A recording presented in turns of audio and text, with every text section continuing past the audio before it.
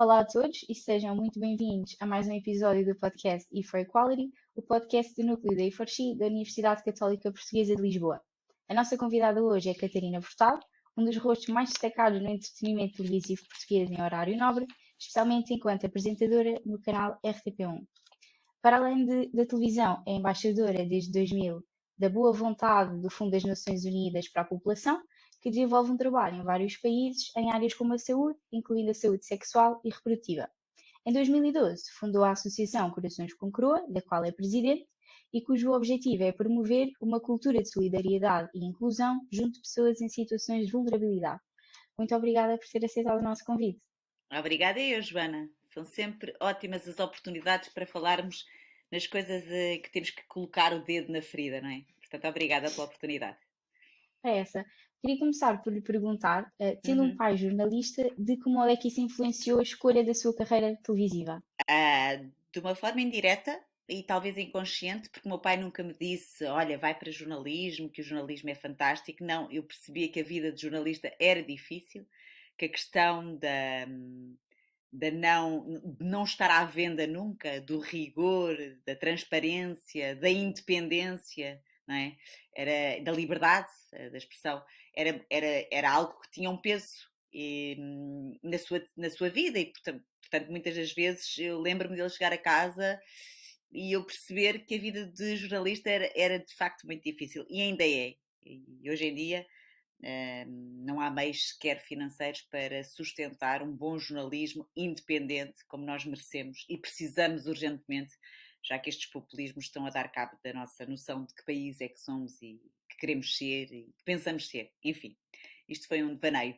Mas, na verdade, aquilo que eu achei foi sempre que, apesar das dificuldades, havia um prazer de informar, de consciencializar, de denunciar as coisas que estavam mal, e ele trazia muitas reportagens também lá de fora, dos países em desenvolvimento, e trazia-me sem me querer, não era uma espécie de doutrina, não é? Não era uma evangelização dos conceitos de direitos humanos e de desenvolvimento, mas era uma noção muito clara de que era uma missão. E essa ideia de missão para mim foi sempre muito atraente, porque a ideia de fazermos qualquer coisa com a nossa pegada, independentemente da nossa profissão, foi sempre muito atraente para mim e contar histórias. E, portanto, de alguma forma, eu, através do prazer que ele tinha em contar histórias e ser rigoroso nas histórias e nessa denúncia das coisas que estavam erradas, e ele já me trazia as crianças escravas a trabalhar, as mulheres que sempre foram e continuam a ser muito desvalorizadas e os seus direitos humanos nunca equilibrados em relação aos direitos dos homens e, portanto, essas realidades trazia-me e eu comecei a achar muito fascinante também. Ok. Tocou aí no ponto da questão da missão e a própria televisão e a apresentação, ser apresentadora, acredito que também tenha a sua missão. E queria saber, enquanto mulher, que obstáculos ou quais foram os maiores obstáculos que encontrou para chegar à posição em que está hoje, no fundo?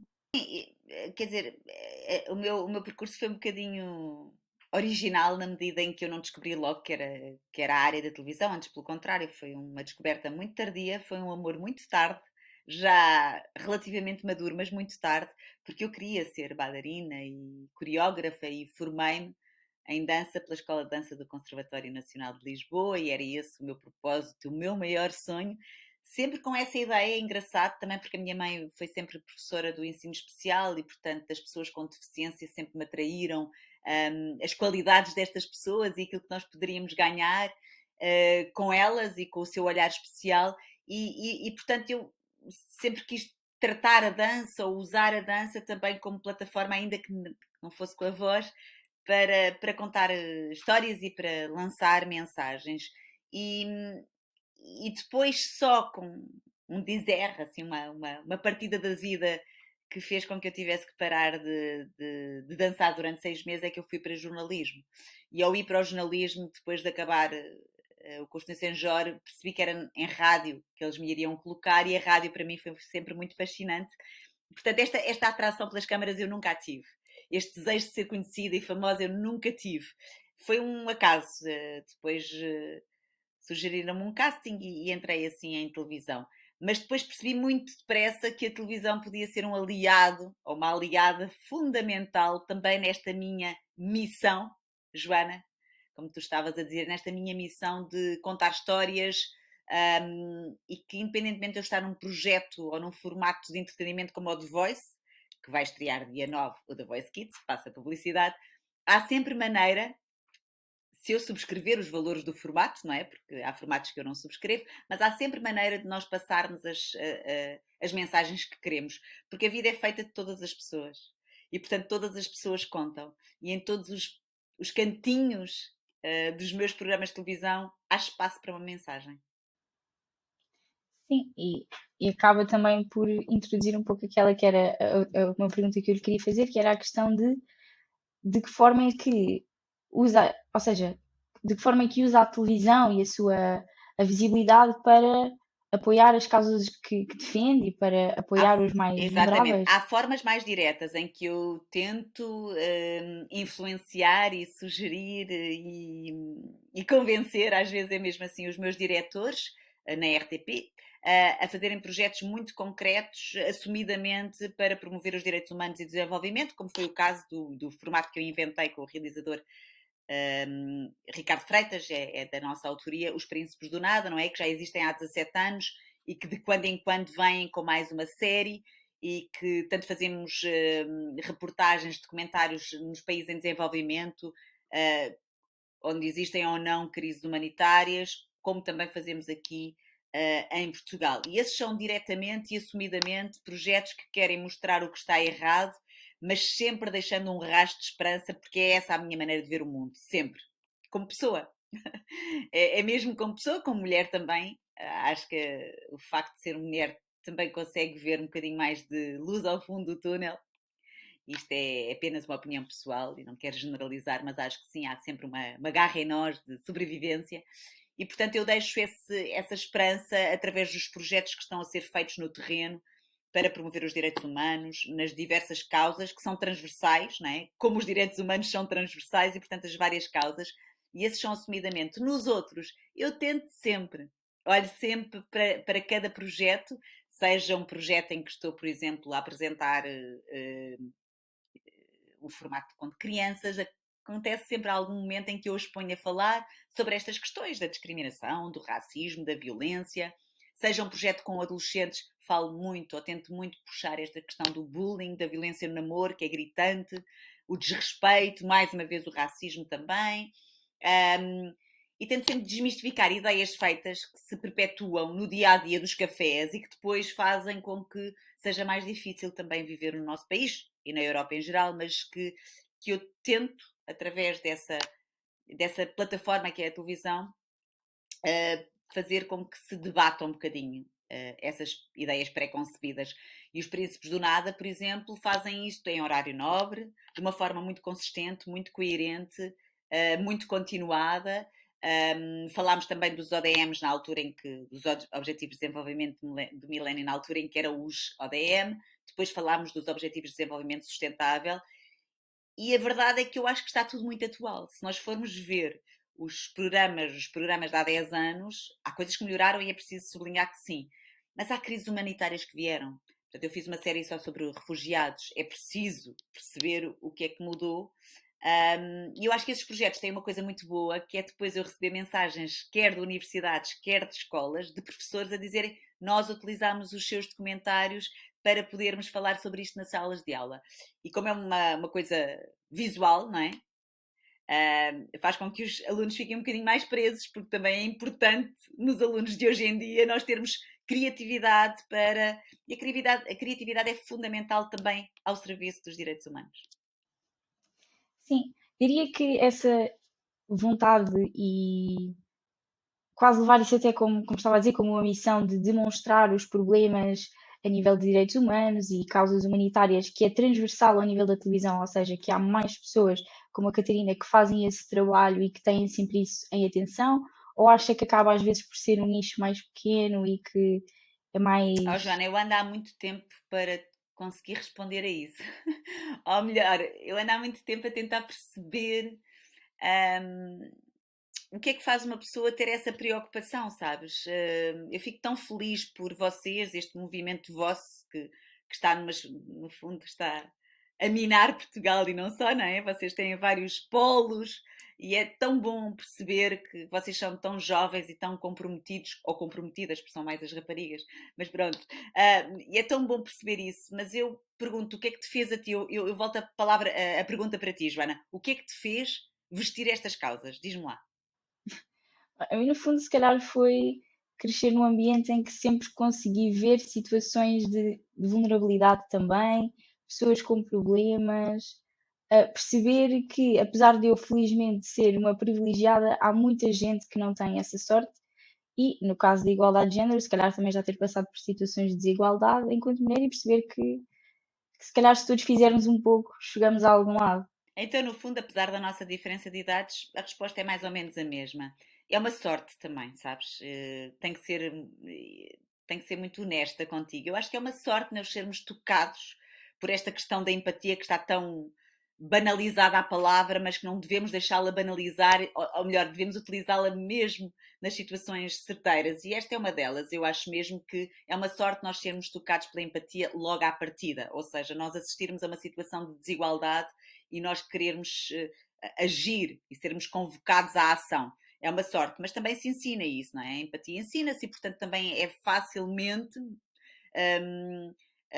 ensinada essa atenção, esse olhar pelos outros. Agora, a questão da responsabilidade tem que ser mesmo assumida e por isso é que eu falo muito na área da educação. A área da educação deve vir desde muito cedo a ter programas continuados, persistentes, coerentes sobre direitos humanos e também saúde sexual e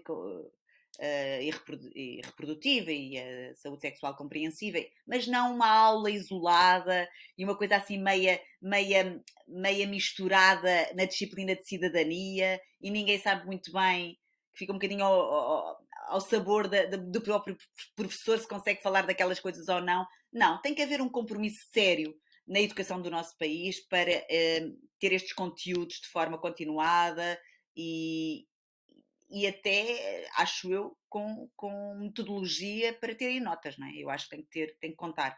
Senão, senão vai ser sempre assim uma sorte, alguém que ficou tocado com alguma coisa e agiu e vai fazer qualquer coisa. No meu caso, eu acho que foi a diferença, a diferença foi o contexto onde eu cresci. A diferença ensinada pela minha mãe através do ensino especial e a diferença ensinada pelo meu pai através das histórias. E para mim é obrigatório que quem tem privilégios tem também responsabilidades. E também se fala muito da culpa sobre os privilegiados, que isto também dava para outro podcast, que é, muitas das vezes as pessoas privilegiadas também sentem uma culpa por serem, também está errado, não é? Está errado, não é? E muitas das vezes aponta-se os dedos também às pessoas privilegiadas, nesse sentido, e nós temos é que saber como habitar nesta humanidade partilhada. E para mim só há uma maneira, é estarmos bem atentos aos outros, não há mais nenhuma maneira. Sim, e concordo no que eu sigo até na questão da educação. Acho que muito mais do que preencher parcelas de um programa que é, por exemplo, no caso de cidadania, que aparece no programa que tem que se falar de igualdade de género, é importante, se calhar, até os próprios professores e quem educa ter essa paixão pelo outro, essa empatia, para efetivamente deixar uma marca e essa mensagem nos alunos.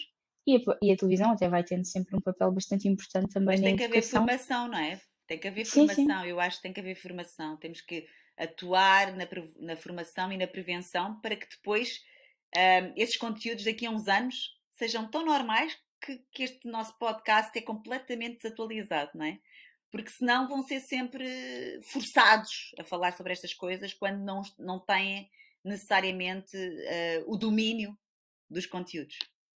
Sim, às vezes até há um pouco de medo ou Exatamente. de falar sobre os assuntos e não devia ser, não devia existir, porque Medo até que os pais lá vão pedir ajustes de contas aos professores. Também acontece isso. Hoje em dia é preciso ter muito cuidado com isso tudo e, e é por falta de formação. Como é que promover os direitos sexuais e reprodutivos e falar diretamente que os direitos sexuais e reprodutivos fazem parte da saúde, não há saúde sem saúde sexual e reprodutiva, não há. Quer dizer, e quando falamos de direitos sexuais e reprodutivos, podíamos estar aqui horas a falar o que é que está dentro desta área. Se ela for bem trabalhada, estamos a evitar doenças sexualmente transmissíveis, estamos a promover as questões da não violência com base no género, da não violência sexual, dos não abusos, estamos inclusivamente a promover espaços seguros para as questões da violência, estamos a prevenir cancros, por exemplo, relacionados com a saúde da mulher, estamos a dar condições para que haja partos assistidos e seguros. Portanto, é uma panóplia tão grande. E também, obviamente, contraceptivos, que é sempre o mais difícil de se falar. Mas estamos a prevenir casamentos forçados, gravidez adolescentes. Quer dizer, a prevenir para que depois a mulher tenha a regulação da sua fertilidade como ela quer, não é? Ela é que regula, ela é que é isso que estamos a falar quando falamos também de saúde sexual e reprodutiva. Sim, sim, a liberdade e a informação andam de mãos dadas e, portanto, se as pessoas não tiverem acesso à informação, quer seja a nível da educação sexual, reprodutiva ou até questões de discriminação, também não são, no fundo, tão livres para tomar uma escolha que consideram correta para si e que tem sempre em consideração todos os fatores e até a questão da empatia. E tocando até nessa questão do acesso à educação e dos cuidados de saúde, é uma das grandes missões da Corações com Coroa e ia perguntar que ações é que promovem nesse sentido. A Corações com Coroa. Uhum. Pronto, isto só para fazer aqui um paralelismo, e tu disseste, desculpa chamar por tu, mas também me podes tratar por tu. Não, E tu disseste no início, Joana, que eu sou embaixadora de boa vontade do Fundo das Nações Unidas para a População, há 22 anos já, os mandatos são reconduzidos conforme estão ou não estão contentes com o trabalho e têm estado, o que é bom. E essa experiência é que me levou a criar a Corações com Coroa. É importante dizer que eu percebi nitidamente que não se avalia um país sem equacionar como é que está a sua saúde sexual e reprodutiva, não é? E a sua saúde materna. A saúde de um país vê-se através da saúde materna e isso é muito claro e as estatísticas todas demonstram isso. Portanto, nós que tivemos um passado tão, tão fantástico também por conta do apoio que tivemos do Fundo das Nações Unidas para a População no que diz respeito à saúde materna, somos um exemplo na Europa. Portanto, eu fiquei muito informada sobre estas questões, não é? Que são as questões que o UNFPA trabalha, nomeadamente também as questões do potencial das raparigas, da não violência, da igualdade de género, da não violência com base no género, da não discriminação e da saúde sexual e reprodutiva e do planeamento familiar. E depois, nesse sentido, com a experiência toda que eu tenho, e é um cargo voluntário, não tenho cá privilégios de passaportes diplomáticos, nada. Eu vou por minha iniciativa própria, vou às vezes com os documentários Príncipes do Nada, mas aquilo que me deu como experiência foi que, de facto, em Portugal, apesar deste país ser desenvolvido, e há muitas coisas que têm que ser faladas, que são matérias que o UNFPA trabalha. E criei então a Corações com Coroa há 10 anos, que tem como propósito promover a igualdade de género acima de tudo. E como é que se faz isso? Dando apoio diário a raparigas e a mulheres ao nível da psicologia, portanto temos atendimento gratuito com psicólogas, com assistentes sociais, apoio jurídico, apoio dentário, também muitas vezes nós esquecemos que a violência doméstica não permite que a mulher se reergue na vida ou se insira no mercado de trabalho porque infelizmente não tem dentes, a violência fez isso e portanto é assim que nós trabalhamos. A saúde é um dos fatores, ou é uma das áreas de atuação, mas temos muita educação. E através da educação nós damos bolsas de estudo. As jovens raparigas já demos 34 bolsas de estudo, o que quer dizer que já há 34 raparigas que estão no... Muitas delas já terminaram, portanto, o seu curso superior e, portanto, já estão inseridas no mercado de trabalho. Outras estão ainda a estudar. Mas esta atribuição da bolsa de estudo, o nosso conceito é um bocadinho diferente, porque esta atribuição inclui o apoio biopsicossocial, ou seja, a rapariga chega até nós damos-lhe essa essa quantia monetária para as despesas que elas não podem, porque elas estão na iminência de deixar o seu sonho universitário porque não têm capacidade financeira, mas damos também o apoio da psicóloga e da assistente social. No fundo, nós fazemos um roteiro de vida com ela, para que ela esteja capacitada a todos os níveis para poder realmente ver o seu potencial ao máximo.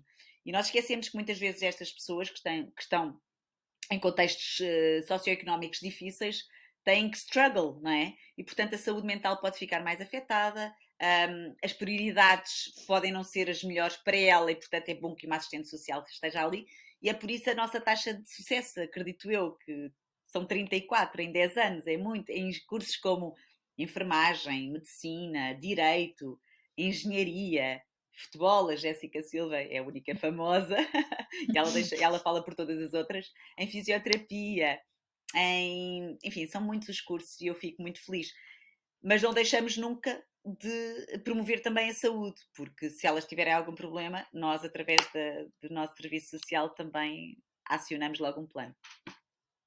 E é muito importante essa ajuda a todos os níveis. Às vezes, as pessoas que vêm de situações complicadas ou em casos de violência, sair dessas situações já é complicado e depois, às vezes, só a ajuda financeira não chega, ou só o apoio psicológico. É preciso todo um plano de vida, como estava a dizer, O roteiro de que vida para nós é ajude. fundamental.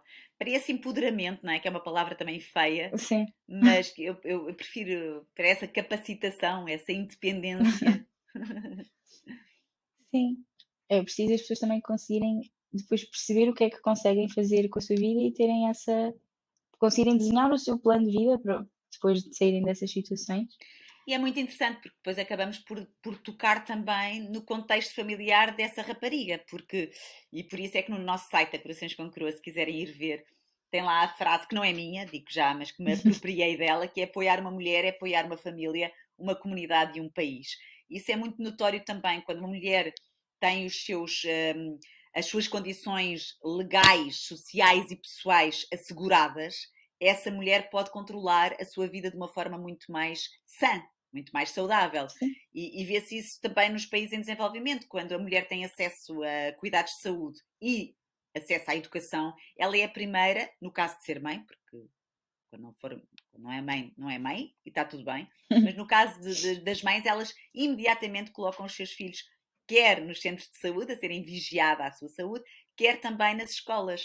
E é automático isso na mulher. O mesmo não acontece nos homens. Essa não é uma prioridade se o homem ficar sozinho com as suas crianças. E, portanto, esta lógica, esta equação de apoiar uma mulher, apoiar uma família, uma comunidade e um país, tem também um final feliz do ponto de vista financeiro para a própria comunidade e para o próprio país, porque a mulher contribui também economicamente. Sim. Sim, acabamos por, enquanto mulheres, ter sempre um impacto grande, não é? Sim. E lá está, pronto, até na maternidade, como falou. E nesse sentido, queria perguntar até se teve assim alguma história que lhe tocasse particularmente ou de como. Acredito que tenha muitas. Joana, olha, fazendo publicidade, leiam livros se tiverem vontade, que eu não ando a vender livros, mas o que vejo e não esqueço que eu escrevi há, já não sei, 6 anos, tem muitas dessas histórias que marcaram, porque, quer dizer, há 22 anos enquanto embaixadora, há 10 com a Corações com Sim, Coroa sim. e há 17 com os Príncipes do Nada e muitas palestras nas escolas aqui em Portugal que me marcam muito. Tenho-te a dizer, Joana, que uma das coisas que mais me tem marcado, porque o sofrimento não tem peso, não é? Não é uma balança e sofre mais aqui ou sofre. Não, coisas que me marcam, não é? Tanto pode ser uma jovem de 16 anos aqui no Norte, numa escola que me diz que se sente discriminada, que foi violada, enfim, tantas histórias que eu ouço no meu cantinho dos desabafos, como pode ser o facto de me ter despedido já de muitas mulheres saudáveis ao darem à luz. Eu acho que isso é a coisa mais difícil, é perceber que aquela morte era evitável. Nós a cada 2 minutos morre uma mulher saudável por causas relacionadas com o parto e com a gravidez, a cada 2 minutos. Portanto, são mais de 830 mulheres por dia. Mas que elas estão boas.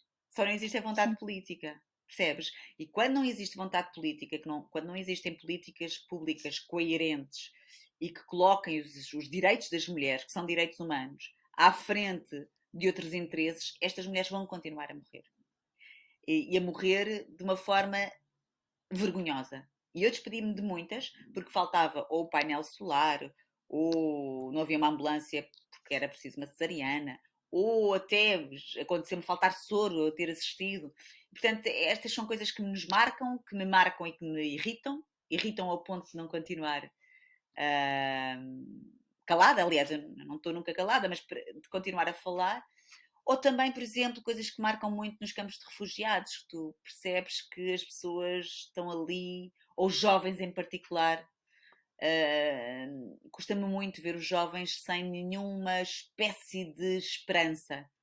E as pessoas estão ali à espera que a comunidade internacional resolva, mas têm um papel a dizer que a próxima reunião é daqui a 2 anos. E se me custa ver as mulheres, ou as pessoas mais velhas, ou os adultos homens, os jovens toca-me particularmente, porque são os primeiros a dizer o que é continuar a estudar. Então veem assim de repente o seu futuro e os seus sonhos hipotecados, e isso faz-me assim uma impressão enorme. E é mais uma vez porque nós não conseguimos resolver a crise dos refugiados. E é sempre, há sempre culpa nossa. E depois, dentro dos campos de refugiados, outra coisa que é a interseccionalidade das questões das discriminações. Não é? A mulher é também a mais frágil nas crises humanitárias. A sua condição fica fragilizada logo. Porquê?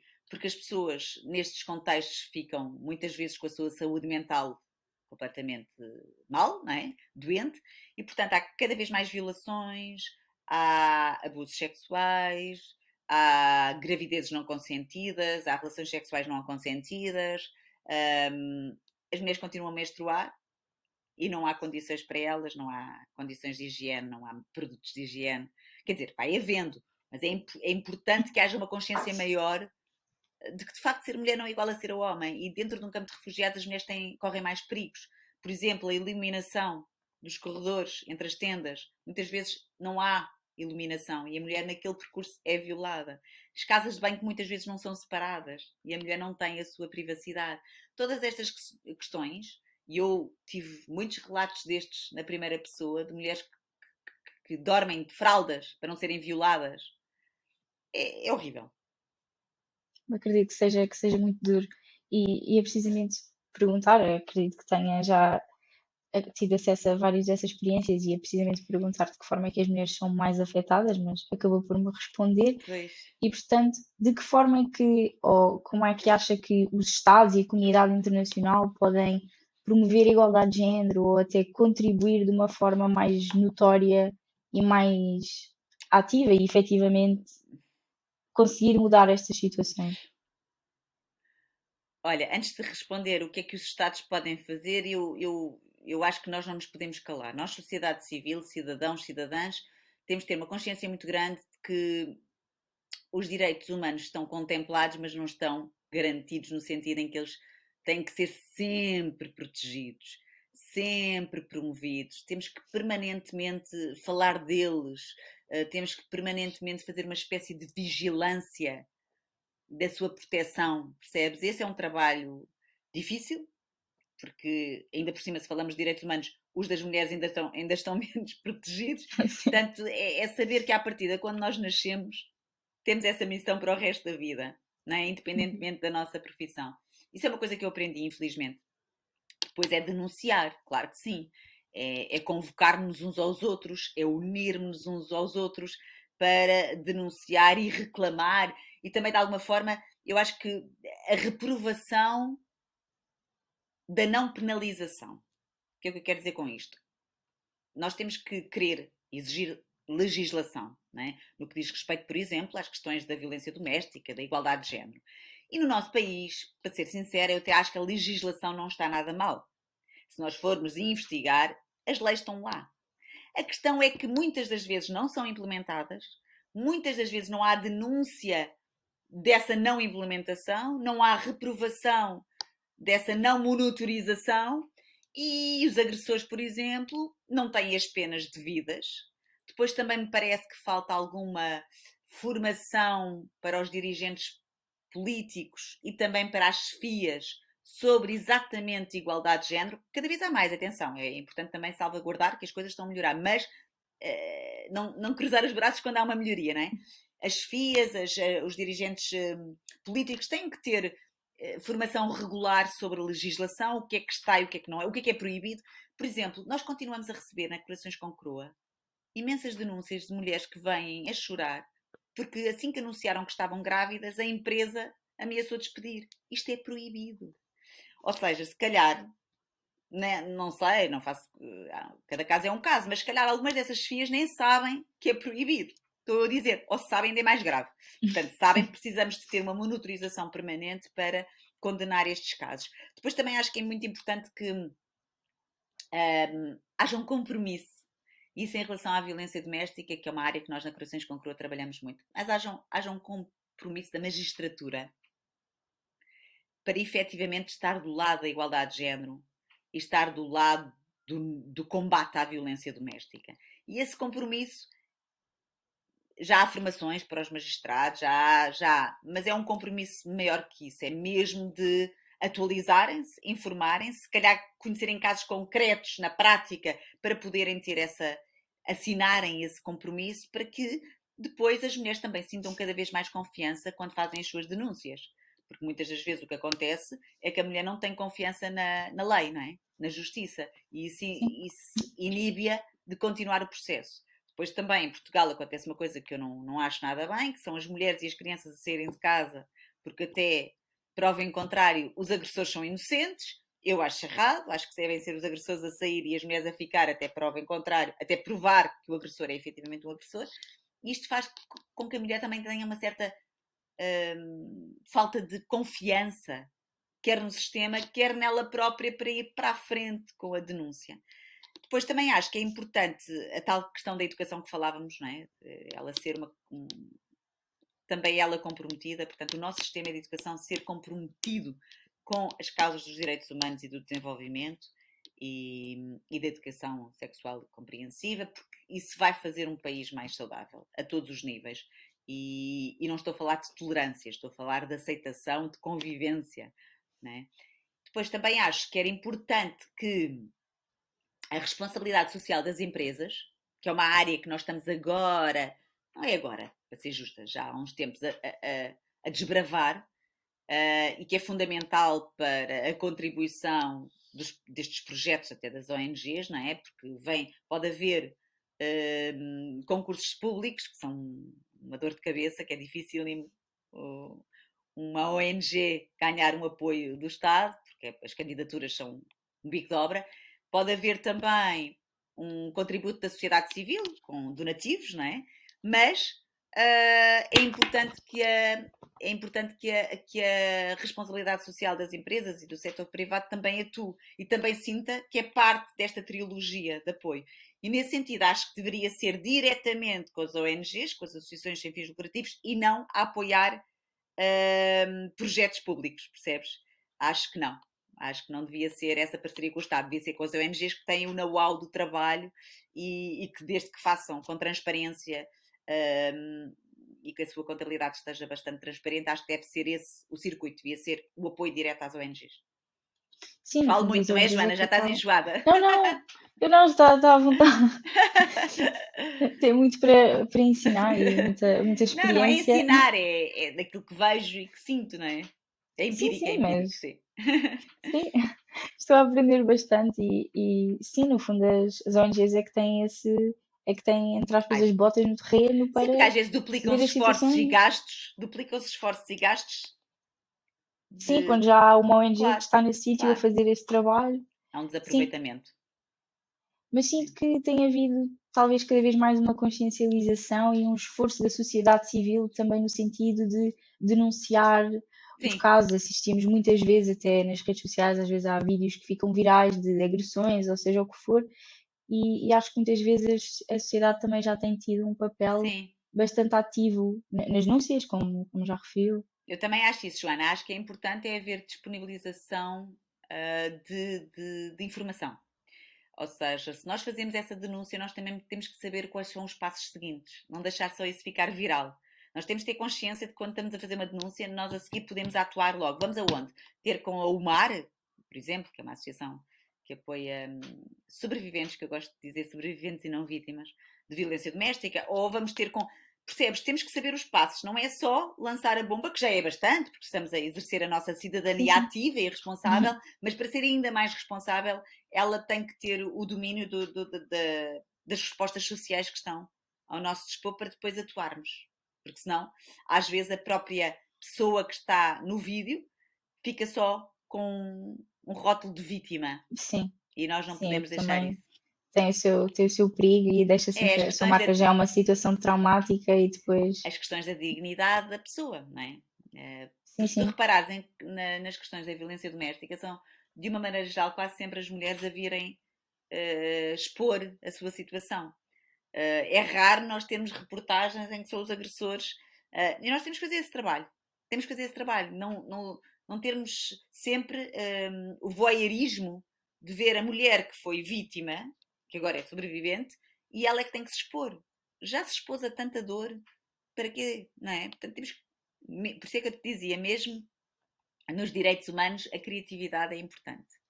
Como fazer isto diferente para manter e preservar a dignidade daquela pessoa. Sim, no fundo, nem nunca tinha pensado nesse caso de ver o lado do agressor ou perceber até muitas vezes que, não desculpando de todas as situações, mas há um percurso por trás que torna um agressor um agressor. No fundo, acho que as pessoas não nascem por si só mal intencionadas, não é? Pode ter havido um conjunto de coisas que Sim, nunca falharam, desculpando, não é? E sim, violações nunca então, desculpando, mas e pedofilia, e está sim, na nunca ordem do desculpando dia, de todo. não há desculpa nenhuma. Foi possível, Pedofilia, não há. sim, O que eu digo é que é preciso também mostrar a tónica do outro lado, para não ser mais uma vez a mulher a sim, sim. ter que mostrar a cara.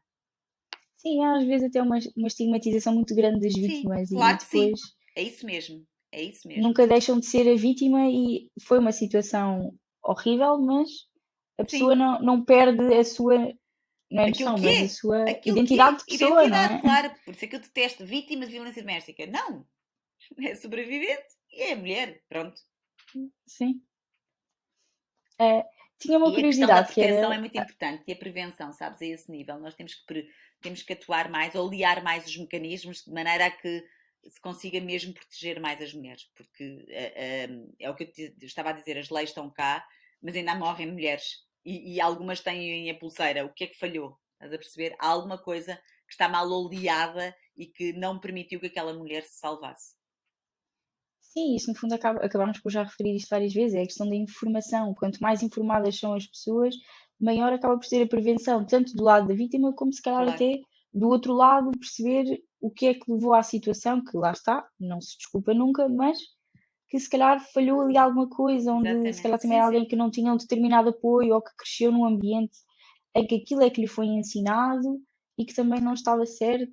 E começa nas escolas, mas também pode ultrapassa É vários tão níveis, a informação fundamental é em nas todo lado. escolas para prevenir, para um professor detectar alguma coisa que esteja mal e que seja precocemente detectável, para depois não Sim, culminar sim. nisto em pessoas que. Porque a nossa taxa de violência no namoro, por exemplo, Joana, é altíssima em Portugal. Sim, é assustador. 67,5% dos jovens acha normal, já, já assumiu que sofreu uma situação de abuso, não é? E metade deles acham normal o controle. O controle por si só é mesmo mau. Já! É Sim. mau! E portanto, se estes nossos jovens que vivem no nosso país acham isso, alguma coisa está mesmo mal. E vai potenciar mais casos de violência doméstica. Sim, e mesmo na questão da violência no namoro, claro que há muitas ações de sensibilizações nas escolas, mas se calhar também concordo com aquilo que disse, que é a questão da criatividade, não ser apenas uma palestra Claro. ou de alguma maneira Por isso é que o nosso fazer com que projeto a é mais mensagem chegue. interessante. A Corações com Coroa tem um que se chama CCC Vai à Escola e é com dois atores. É com uma ilustração de uma situação de um namoro entre duas pessoas e que são dois atores que o fazem e depois saem de cena e entra a nossa técnica para esmiuçar aquilo que aconteceu ali. Portanto, é bastante mais interativo. Sim, sim. A violência no namoro nos jovens é absolutamente assustador. É assustadora. E na É. universidade também. Jovens mais velhos, não é? Sim, sim, sim. Sim. Tinha uma curiosidade, que era Sim. saber como é que chegou a embaixadora da boa vontade. Então, há 22 anos eu recebi um convite de uma associação portuguesa, a APF, para ser, ou seja, eles sugeriram o meu nome para uma campanha internacional das Nações Unidas que se chamava Face to Face sobre direitos sexuais e reprodutivos. E eles sugeriram o meu nome. A partir dessa sugestão, eu passei por um processo de casting, de entrevistas, com alguém do Fundo das Nações Unidas para a População, um enviado especial cá, porque eles queriam um porta-voz para os países de expressão portuguesa também, porque a nossa missão é voluntária, mas é sobretudo para os países em desenvolvimento. E, portanto, fizeram uma enorme entrevista e passado uns tempos recebo uma carta da então diretora executiva do UNFPA, Thoraya Obeid, e depois, mais tarde, então, do Kofi Annan, a formalizar o pedido ou o convite, neste caso, que eu aceitei prontamente, cheio de medo, há 22 anos, com uma noção muito pouco rigorosa do que eram estas questões, ou estas matérias, saúde sexual e reprodutiva, direitos humanos, e portanto foi uma oportunidade única de me informar, de debruçar sobre os relatórios, permanentemente tenho que o fazer, não é? E é muito interessante perceber que não há como não dizer que os direitos das mulheres são sempre menosprezados. Não estão na prioridade das políticas públicas, infelizmente. Portanto, isso é uma área que me dá muita vontade de explorar mais, porque sei que é difícil, mesmo os financiadores, não é? Quando existe um partido mais conservador num país que é financiador, estas questões são logo postas mais de parte. E, portanto, lá, mais uma vez, o Fundo das Nações Unidas para a População continua na sua caminhada difícil de angariar financiamento. E são financiamentos que são fatais, é fundamental. E eu hoje, com muita autoridade, posso dizer o trabalho que o Fundo das Nações Unidas para a População faz nestes países todos é fatal, é determinante, é essencial, é mesmo crucial, porque esta caminhada que os direitos sexuais e reprodutivos e a saúde materna faz para promover uma sociedade equilibrada, onde existe igualdade de género, é fundamental. E onde também depois os rapazes e os homens retiram daí privilégios, não é? Porque se investir na saúde sexual e reprodutiva e na saúde materna das mulheres, toda a gente vai ficar a ganhar. E esse trabalho que é feito com grande determinação e eu diria até com muita paixão, porque não é fácil trabalhar nisto, não é nada fácil, esta área são pouco sexys, apesar de se falar de sexual, são muito pouco sexys. Fazer uma campanha para angariar financiamento para as crianças com a Unicef é mais fácil, não é? Agora, ter empatia pelos direitos das mulheres é mais difícil. E eu vejo o trabalho deles nos campos de refugiado, por exemplo, é incrível a forma como eles estão disponibilizam, não é? Os partos assistidos, os materiais que têm a ver com a saúde, as questões dos casamentos forçados, precoces, as questões da mutilação genital feminina, todas estas áreas, as práticas nefastas contra a saúde e a educação das raparigas, todas estas áreas são áreas que o NFPA trabalha arduamente. E a verdade é que consegue resultados ótimos. Portanto foi uma benção para mim e vou sendo renovada, como te disse, ao longo destes anos todos. Acha portanto, o trabalho que vocês desenvolvem, que as pessoas têm noção que há esses apoios e que há esse trabalho que é desenvolvido, ou que de alguma forma às vezes, pronto, que não é tão comum ou tão conhecido? Não sei, isso também depende. Se estás a falar com a Catarina Furtado, não estás a falar com a Angelina Jolie, não é? Se estivesse a falar com a Angelina Jolie, não sei por acaso, não sei se saberiam qual era a agência da qual ela é embaixadora de boa vontade. É um teste engraçado para se fazer na escola. Vocês sabem? Sabemos que é das Nações Unidas, se calhar não sabem a agência, não é? Se calhar só os mais informados e preocupados com estas questões dos direitos humanos é que saberão qual é a agência, a Acnur. Mas depois tem a ver com as dimensões da atuação de cada embaixador. Mas basicamente eu acho que não sabem. Não sabem que nós não temos nenhum apoio financeiro, que não temos passaporte diplomático, não sabem que não nos financiou nada, nós temos por missão abrir consciências, não é? Fazer esta consciencialização para estas temáticas. Eu faço, por exemplo, promovendo os meus documentários Príncipes do Nada, é uma forma de eu promover, dando entrevistas com a imprensa, indo às escolas, fazendo advocacy junto dos decisores políticos, dos deputados, dos parlamentares, indo às universidades, fazendo estas minhas intervenções, que não são técnicas, mas são de alguém que já tem alguma experiência daquilo que vê, fazendo também advocacy junto dos países em desenvolvimento, nomeadamente com os ministros da saúde, da igualdade de género quando existem. Esta é a nossa função, angariar algum financiamento, não é? E fazer esta espécie de consciencialização e de tocar nas feridas todas e pô-las na ordem do dia, quer do dia político, quer também da imprensa. Mas não sei se sabem, por exemplo, eu sou convidada para ir fazer moderação de um debate ou para fazer uma palestra num país qualquer e pago uma viagem para ir, mas quer dizer, não recebo absolutamente nada, não é? Sim. E como falou no facto de ser a Catarina Furtado, e claro que o seu nome tem peso e é conhecido a nível nacional, houve alguma vez, de alguma maneira, que o seu trabalho humanitário possa ter sido prejudicado por ter essa, não quero chamar, popularidade ou Olha, por ser uma figura pública? Ou acabou sempre por sabes influenciar de forma que, positiva? sabes que eu tenho tendência para ver sempre as coisas boas, Joana, senão não andava cá. Senão já tinha decidido desistir disto tudo, porque as coisas feias que eu vejo são dramáticas. E agora também com esta onda, no retrocesso de alguns direitos das mulheres, com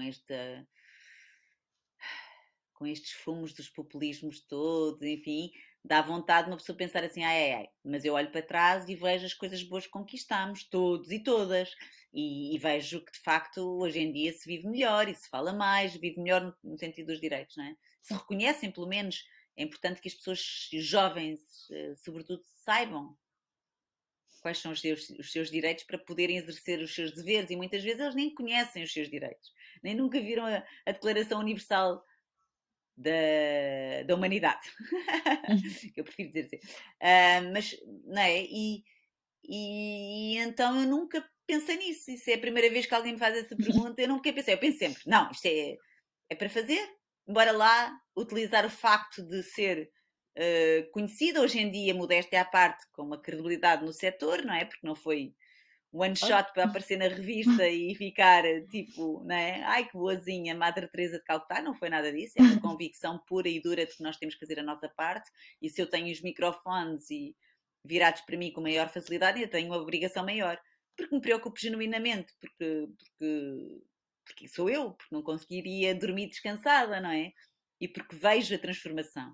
Eu baseio-me sempre nas coisas positivas. Eu já vi tantas raparigas a mudarem de vida e a assumirem a sua independência e o rumo da sua vida. Já vi mulheres realmente darem uma volta à sua vida depois de passarem horrores. Eu só me foco aí. Portanto, nunca pensei se me prejudicou ou não. Olha, se prejudicou, não me lembro. Não notei. Isso é porque tem ajudado. E é bom usar aquela que é, nem sei bem como descrever, mas aquilo que é o poder e a influência. Falamos muito na questão da influência das pessoas, não é? Mas para algo positivo. Sim, desde que seja coerente. Eu gosto muito da palavra coerência. Desde que seja coerente, eu acho que sim, Também não há como. Eu não vou, já não posso voltar ao anonimato e também já não posso voltar a não querer ter esta missão humanitária, ser uma ativista de voz alta, porque não conseguiria viver. Mesmo, faz mesmo parte. E depois de ser mãe, então, Joana, sabes, são estes acrescentos todos, estas camadas todas, que nem a pele da cebola, não é? São várias camadas, como era o Peer Gynt, que é esta ideia de que, ok, nasci rapariga, privilegiada, branca, saudável, fiz aquilo que estudei, aquilo que quis, depois fui mãe. E todas estas, e depois sou alguém da comunicação social, não é? Sou uma comunicadora. Todas estas coisas fazem de mim ainda mais consciente de que tenho que colocar os meus privilégios, mesmo. Há essa responsabilidade. Não há uma obrigação no sentido, cada um, não é? Mas há uma responsabilidade. Sim, mas se podemos fazer algo, claro, porque não pode? Claro. É isso E mesmo. todos juntos devemos de chegar a algum lado. E nesse sentido, queria perguntar, assim já quase se calhar mais em jeito de conclusão. Estamos quase a acabar, Nós que eu temos. falo muito, eu bem te Sim. disse. Diz lá. Não, mas está tudo bem.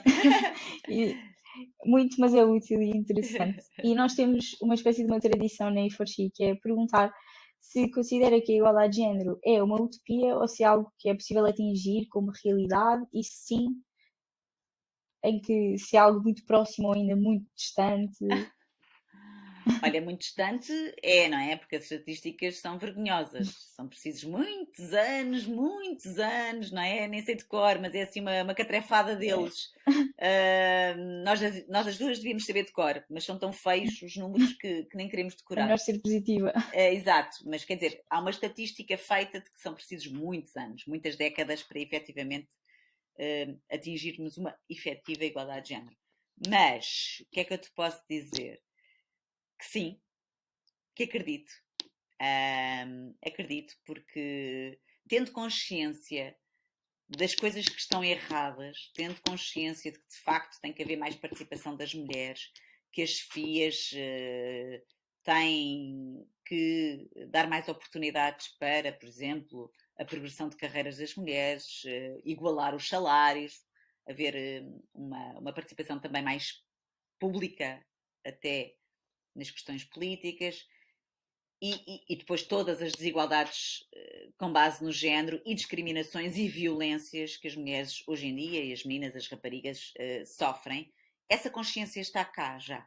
Eu acho que já está. Não temos, como te dizia no início, descansar debaixo da bananeira dizendo, como já há uma consciência, isto vai melhorar tudo.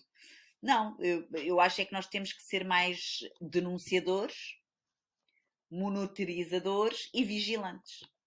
E isso faz de nós sempre uma espécie de polícias que temos que estar aqui sempre muito atentos quando há uma infração, sabes? Porque eu não sou muito de certos e errados, eu sou tudo menos moralista, cada pessoa faz aquilo que entender.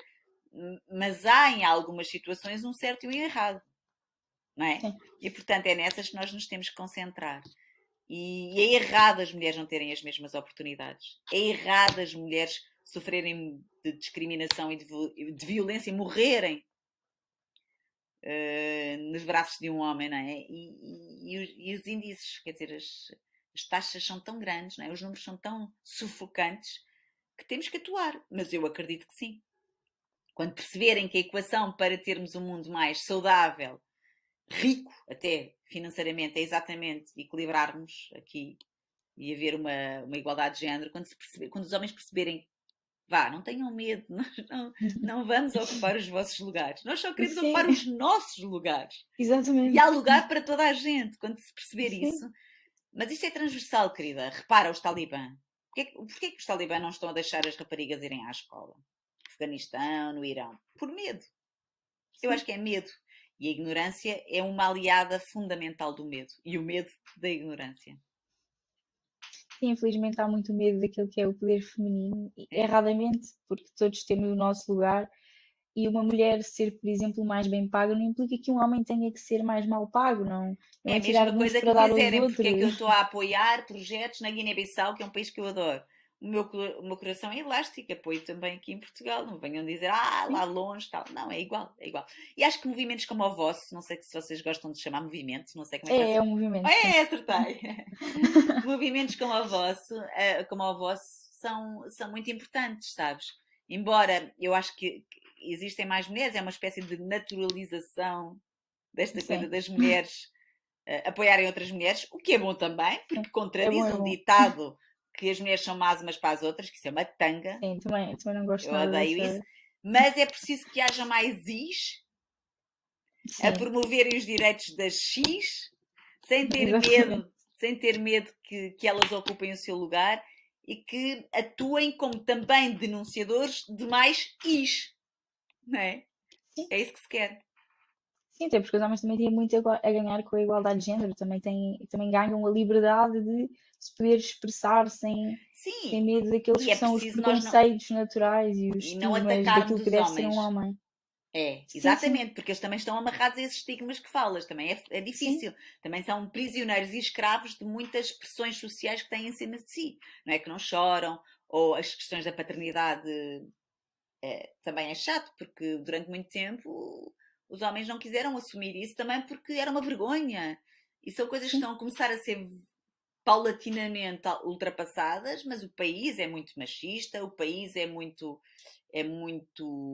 católico em algumas noções que nem sempre são sim. positivas, e é muito fechado sobre. Nós saímos das grandes cidades e temos um país ainda em que a educação do rapaz não é igual à educação da A rapariga, questão que da os pais rapariga. Sim. diferenciam a forma como educam. Sim, há uma grande diferença até a nível das grandes cidades e mais para o interior.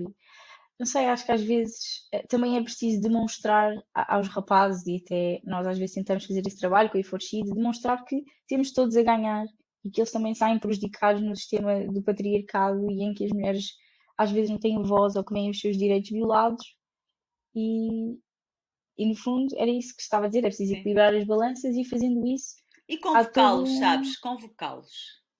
Convocá-los. Nunca apontar o dedo. Convocá-los. Sim, queria agradecer imenso ter Obrigada, aceitado o nosso Joana. convite. Foi uma conversa muito refrescante e é bom ver alguém com o seu. Pronto, acaba por ter um grande nome, não é? E que é tão ativa e tão apaixonada pelos direitos humanos. É muito bonito de ver. Obrigada, Joana, e parabéns pelo vosso trabalho. Estamos juntas. Alguma coisa que precisem? I'm here. Muito obrigada. Ok? Beijinhos grandes. Obrigada. Beijinhos, beijinhos. Beijinho.